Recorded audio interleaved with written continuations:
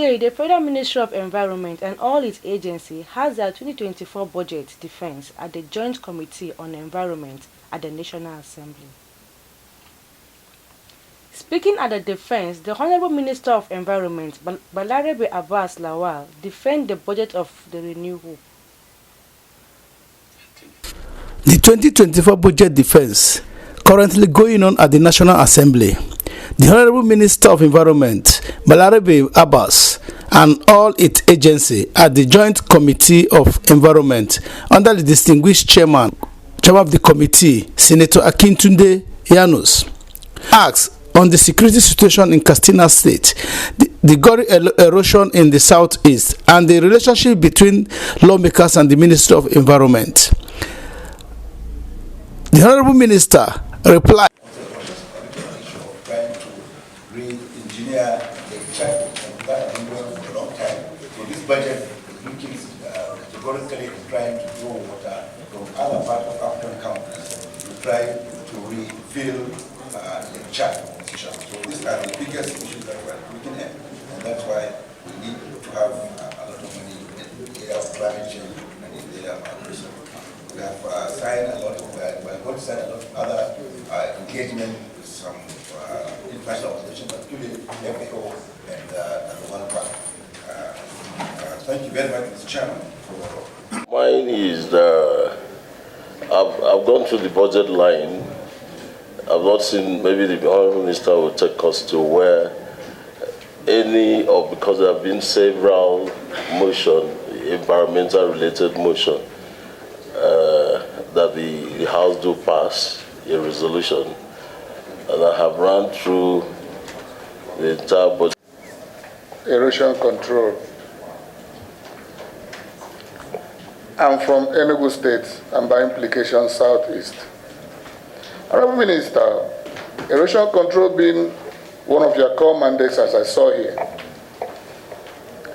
I wonder, just like some of my colleagues have said, if even this budget you presented can help the ministry in any way to do meaningful or physical thing that could be seen in terms of erosion control remediation, especially as it affects Southeast.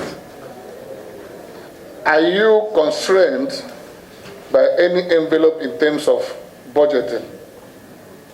Or is it as a result of what you think you can carry that the present budget you are presenting to the national, you've presented, is based on?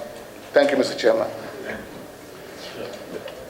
You want us to come back? Okay, let's stay back. We'll end up here. Thank you, Mr. Chair. Honourable Minister and possibly Director of Finance. In your budget line, I can see financial consulting. What is this component? Is it audit fee or there are other issues there? Based on the envelope we were given, and then why it increased is because of the peculiar allowance we are all aware that was introduced in the course of the year. We had peculiar allowances introduced to civil servants. So also I think it's 35,000, that there were some increases. Okay. Yes. So how do you prepare your books if you don't pay audit fees? We have federal auditors. Federal auditors from the Office of the Auditor General for the Federation. Yes. And we have even resident auditors there in the ministry. All right. So I'm coming to that. We are coming to that. So I think ministries are protected by the Auditor General, and also they have internal auditors that normally do internal auditing before it comes to the external auditing by the Auditor General of the Federation. That's why sometimes you hear of audit queries. Because they're supposed to be external to the ministry. They're supposed to be, I'm sure you know they are protected by you, the Auditor General, and what they do. So I think then we go to the collaboration between ministries. I think the current government is encouraging collaboration between ministries and agencies. And like I mentioned just earlier, that about 3 weeks ago, we had the toilet day, which is a collaboration between the Ministry of Environment and the Ministry of Water Resources and Sanitation. And even this Indian support that came to the Ministry of Environment, but I wrote to the Minister of Water Resources to say, look, we have the same problem. You are in charge of sanitation. We are in charge of environment. We have environmental officers and you have sanitation officers. And left me, they are doing the same thing. So why can't you now join us? And he did. So we are now going to train both environmental officers and sanitation officers from the 2 ministries. And we have also a strong relationship with the Ministry of Agriculture. Like this agriculture that I mentioned that we are going to sign recovery of our 340,000 hectares. We are collaborating with both the Ministry of Agriculture and the Ministry of Water Resources. We are in the same team. So in this agri-cell, the three ministries are there. The only difference is that the Ministry of Environment is leading in that area, but most of the funding is being shared by the 3 ministries. So there's a lot of collaboration, and like I've mentioned, we are collaborating with the Ministry of Solid Minerals, because they have just done a policy which I think they involved us in that policy, because whatever you are trying to excavate soil minerals, you are going to address the issue of environment. So the co-chairman of the Joint Committee on Environment pledges massive support to the ministry in making sure that Nigeria's environment is safe for its citizens. And I believe that from my discussions and investigations, Nigeria is targeting to raise about 60 billion naira from the green bond. But I believe this can be much more.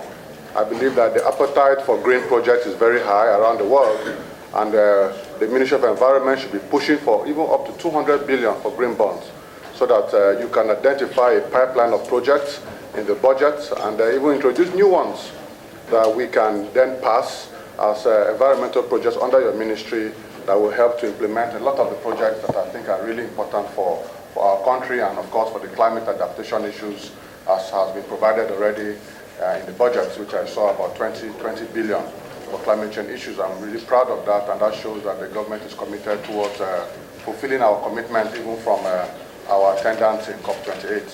And so, but in addition to this, the green bond should be issued in 2024. This will really go a long way.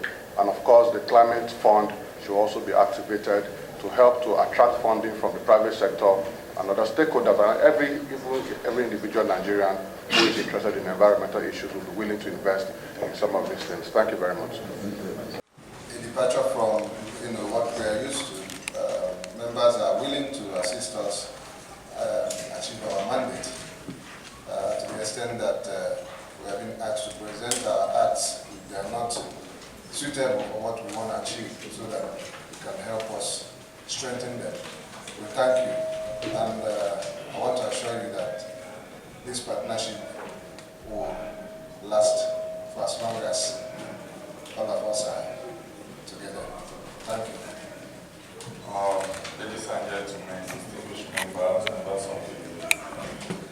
House of Assembly President. House of Reps, sorry. You know, for those of us that have served on the state cabinet.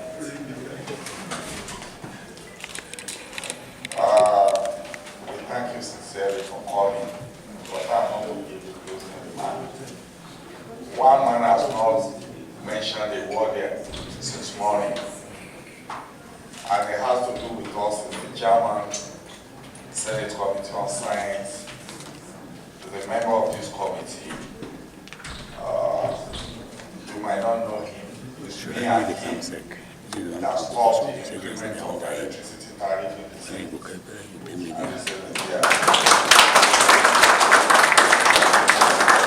When people had me, you are 7 months old, I said, we are here to speak for Nigeria. My name is Esther Noja, reporting for TAR TV Africa, Abuja.